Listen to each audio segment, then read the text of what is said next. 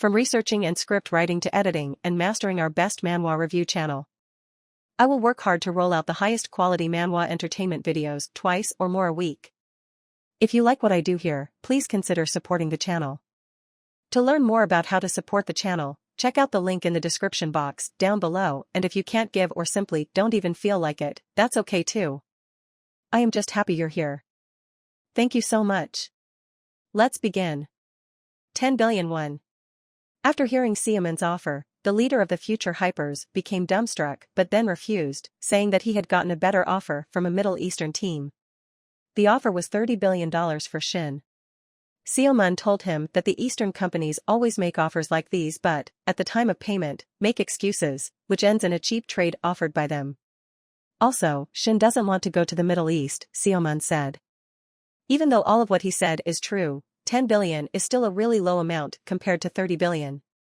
The leader told him that this deal would not be done if Seoman didn't do anything more profitable for them. Seoman said that there will be no deal for more than $1 billion if Shin is laid off from the national team. He said that he should wait for that moment. The leader told him that this is not a way to negotiate and he would not be able to make a deal with him for 10 billion. He asked Seoman to come up with a reasonable offer later. Seoman got the sign. Even if the leader is nervous, he is using his mind by not making any rash decisions.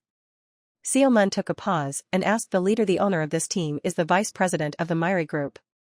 Without waiting for his answer, Seoman asked him to call the owner. The leader was nervous. In his mind, he was unable to calculate the situation. He doesn't want to call the owner. The scene shifts to a flashback from 17 years ago. We see a drunk Seoman at the Mirai Hotel banquet. In front of him, a young man was trying to forcefully take a girl away from him. But Seoman was happy as he saw the bottle of wine he was looking for. Seoman marched forward, pushing them aside, and took the bottle. The man fell down. 3 bodyguards came to help him, but he shook them away. In a frustrated tone, he asked Seoman if he knew who he was. Seoman asked, "Who is he?" One of the bodyguards from behind said that he is the grandson of the owner of the Mirai group and also the vice president of the same. The vice president said if he told the higher-ups about this incident, Seoman would not be able to remain in Korea. Seoman was drunk, he grabbed him by the mouth and said that he was Seoman Yeep. Seoman tied him up and taped his mouth. He took the vice president of the Mirai group hostage in his own hotel. Seoman made them donate 500 billion won to the children of orphanages. This incident traumatized the vice president.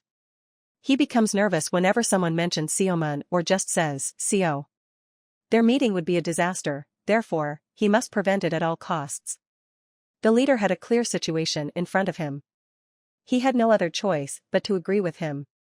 Seoman knew that this plan of his would work. He said that 1 billion won would be too low for him, so he'll pay 5 billion won to buy Shin Young-soo for the YSM.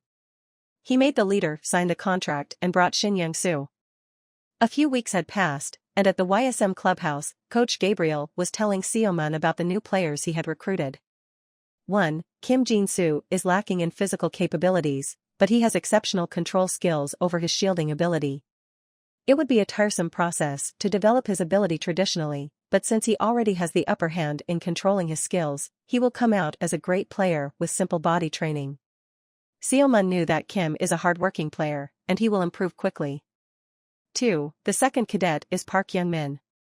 According to Coach Gabriel, he has the potential to become a high-ranking close-range dealer, but for that, he needs a lot of motivation and needs to be pushed forward as he's been resting for a whole year. His growth records will be personally managed by Coach Gabriel, as he believes in Seoman's words. 3. The last player Seoman got was Shin Young-soo. He is the only available player for the matches. Coach Gabriel told him that they'd need more battle-ready players. Seoman told him that other than the ones he got, there's no one noteworthy in Korea, as all the good players had already been scouted. Most of them are underpowered or extremely expensive. He had to get some good foreign players for his team. The scene shifts to Seoman's house, where Baek Hae-yeon has arrived for her vacation. Seoman asked her if she was having any problems adjusting to her new team. She told him that she's on rotation, but she gets to play a lot of matches where she has made a lot of points. According to the French media, Baek Haeun's addition to the Paris Lumiere was a wise decision, as can be seen in the results. Since Paris Lumiere already has a set of pretty strong superhumans, it is difficult for her to become a regular starter. Seomun used his eye for analysis and observed her stats. He had improved quite a lot and had already surpassed the level of Korean battlefield teams. Her strength and stamina had increased a lot, and with her 87-stage leadership stat, it would be a piece of cake for her to become a leader anywhere she went. It's only a matter of time until her strategy stats increase and she becomes a world-class player. Baek Jae-ho, Haeun's dad, entered the house. Seomun checked his stats, which were maxed and around half of Haeun's. Seomun thought to himself that it would be better for him to fire Jae-ho and appoint Haeun as the coach. At the dinner table, Jae-ho asked Seomun about his search for new players. He also asked about Young-soo. Seomun told him that it was a request from the vice president. Jae-ho asked him, when will he take Young-soo off the national team? Seomun told him that his ego and attitude are preventing him from doing so, as it'll not be of any benefit to the team. Jae-ho asked him if he had all the required players. Seomun told him that there's still room for a couple of players, which he'll get from abroad, as most of the Korean players are underpowered. Jae-ho told him that it's only been a decade since the establishment of Battlefield, it'll take some more time for people to be more serious about it and for new players to emerge naturally. Seomun asked Jae-ho about South America to find some new players, and Jae-ho asked him to look for them in Kazakhstan. When he was training his team for the Asian League, he noticed that in Kazakhstan, even without proper training facilities and infrastructure, new players with unique strategies are emerging. It would be a place worth looking for. Haeun asked Seomun if she could come with him, to which he agreed.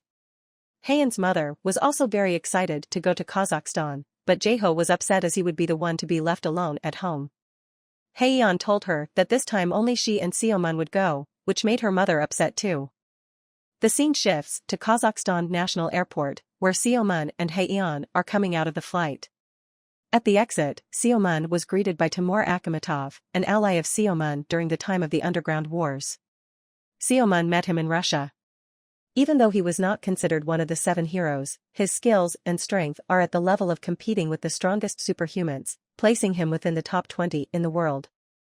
Seomun asked him why he was here, as the Battlefield Association was supposed to be here for their welcome.